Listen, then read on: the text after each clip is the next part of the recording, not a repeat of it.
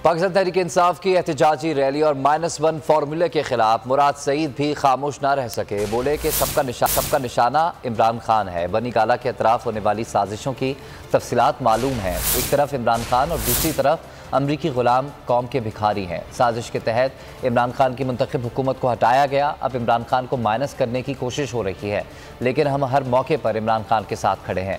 हम्माद अज़हर ने कहा कि मरासला आता है तो हुकूमत तब्दील हो जाती है। सहाफ़ियों पर तशद्दुद किया जाता है, चैनल्स को बंद कर दिया जाता है। दुनिया को नज़र आ गया है कि हम जिंदा कौम हैं। कौम अपने आज़ादी के लिए खड़ी हो चुकी है, आज़ादी लेकर ही रहेंगे।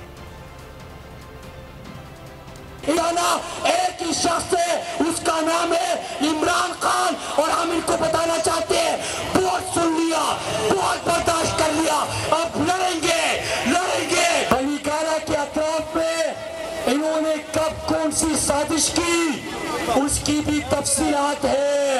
एक तरफ कौम है, एक तरफ पाकिस्तानी मफादात है, एक तरफ कौम और इमरान खान है, दूसरी तरफ अमरीकी गुलाम है, उनके भिखारी है, पाकिस्तान को बेचने वाले हैं।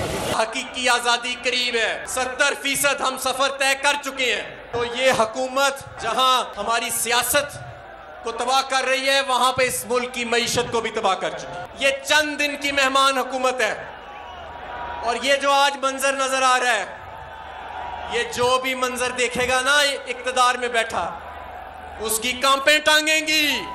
बोल किसी के भी दबाव में आकर अपने फैमिली मेंबर्स को अलहदा नहीं करेगा। बोल हमेशा आवाम की आवाज बनता रहेगा और आवाम के मसाइल दिखाता रहेगा। बोल की आवाम से खुसूसी दुआओं और साथ देने की अपील। सबसे ज्यादा व्यूज, सबसे ज्यादा रील्स और सबसे ज्यादा रेटिंग के साथ बोल अब भी नंबर 1 पोजीशन पर बरकरार।